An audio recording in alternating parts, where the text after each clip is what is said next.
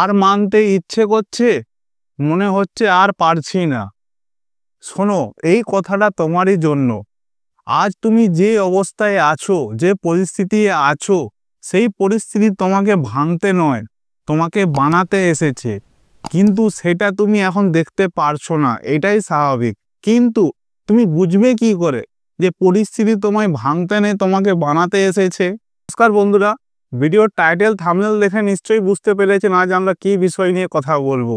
যারা একদম হার মেনে গেছে, জীবনের সাথে লড়তে পারছে না, আজ আমরা সেই বিষয় নিয়ে কথা বলবো। ভিডিও শুরু করার আগে ছোট্ট একটা অনুরোধ, ভিডিওতে নতুন এসে থাকলে চ্যানেলটি সাবস্ক্রাইব করে পাশে থাকবে, লাইক করে ভালো একটা কমেন্ট করে দিবে। চলুন শুরু করি। আমাদের সবার জীবনে একটা বড় ভুল কি জানো? আমরা ভাবি ব্যথা মানেই সব শেষ, কিন্তু না, ব্যথা হলো বিগিনিং। জীবনে যতই কষ্ট আসুক, সেটাকে সামনে দাঁড়িয়ে আমাদের লড়তে হবে। যখন জীবনে কিছুই ঠিকঠাক চলে না, চেষ্টা করেও কোনো ফল নেই, চারিপাশে যখন সবাই এগিয়ে চলে যায় আর তুমি এক জায়গায় দাঁড়িয়ে রয়ে যাও, তখন মনে হয় যে হয়তো আমি আর পারবো না। কিন্তু একটা কথা মনে রাখো, জীবনে কিন্তু লড়ার কাছে যে থেমে যাওয়া মানে ফল আসবে না, তোমাকে লড়তে হবে। যত জীবনে কষ্ট আসছে, দুঃখ আসছে, পরিস্থিতি খারাপ তোমাকে সম্মুখীন হতে যাচ্ছে, তখনই তুমি শক্তিশালী হয়ে দাঁড়াতে পারবে। কেননা আজ যদি তুমি হাল ছেড়ে দাও না, আগামী কালটা কিন্তু তুমি মেরে ফেলছো। যদি বলো কিরকম, দেখো, তোমাকে বুঝাবার জন্য বলছি।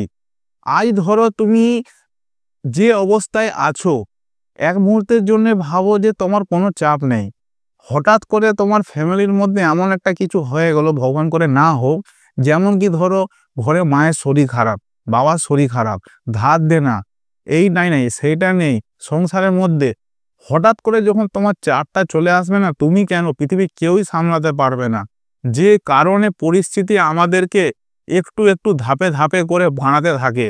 তুমি কখনো খেয়াল করে দেখবে, আমাদের জীবনে একসাথে সব কিছু আসে না, আসে ঠিক ছোটোখাটো একটা দুঃখ কষ্ট নিয়ে, যেটা আমাদেরকে একটু একটু করে আমাদেরকে তৈরি করতে থাকে।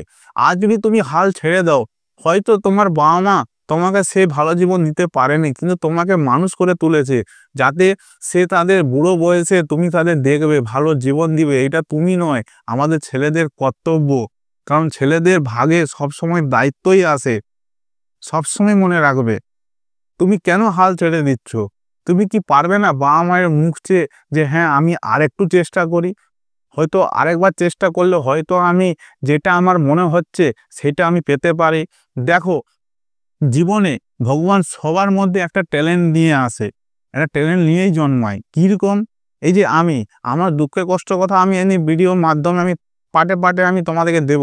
কিন্তু ধরে রাখো, তুমি যেভাবে বড় হয়েছো, তুমি যেভাবে কষ্ট করে বড় হয়েছো, তোমার কি একবারও কি ইচ্ছা যাবে না যে আজ আমি যদি হাল ছেড়ে দিই, আমার ঘরের কি পরিস্থিতি হবে, আমার বাবা মায়ের কি অবস্থা হবে? তোমার হার কিন্তু তোমার দুনিয়ার লোক তোমার অপেক্ষা করছে, কিন্তু তুমি তাদেরকে দেখাবে যে আমি কিভাবে হাজারবার পরেও আমি উঠে দাঁড়াতে পেরেছি। তোমার সফলতার কাহিনী তোমাকে বলতে হবে না, তোমার সফলতার কাহিনী সবাই শুনবে যে এই করলো তো করলো কিভাবে, কিন্তু সৎ পথে। কেননা বাবা মায়ের কষ্ট যারা দেখেছে, সেই সব ছেলেরা কোনো শর্টকাট কোনোদিনও খোঁজে না, তারা সৎ পথে রোজগার করতে শিখে। তুমি এক কাজ করো না, এই যে আমি যেমন ইউটিউবে এসেছি, এই যে টপিকটা মোটিভেশনাল ভিডিও বানাচ্ছি, কেন? আমি একটা উদ্দেশ্য নিয়ে এসেছি। তুমি আমার ভিডিওগুলো এডিটিং দেখবে, খুব একটা বেশি, খুব একটা প্রফেশনাল এডিটিং নয়, আমি সেগুলো পরে বলবো। সেরকম তোমারও নিশ্চয়ই ট্যালেন্ট আছে, যে কোনো বিষয় হোক, সে যাই হোক, তুমিও চেষ্টা করো। মানুষের একটা জিনিস প্রচুর হাজারবার সে প্র্যাকটিস করে কিছু না কিছু একটা, যেমন আমি যেমন বুঝাতে মানুষকে ভালোবাসি, কেন ভালোবাসি সেগুলো সব পরে হবে। কিন্তু তোমার মধ্যেও কিছু একটা ট্যালেন্ট আছে, হয়তো তুমি বুঝতে পারছো না, তুমি সেই বিষয়ে কাজ করো। কিন্তু একবারও হাল ছেড়ো না।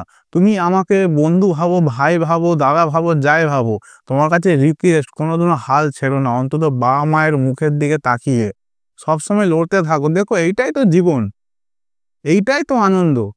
যত কষ্ট হবে তত লড়তে মজা পাবে। শুধু মাথার মধ্যে বেশি টেনশন ঢুকিও না, রিল্যাক্সে থাকো।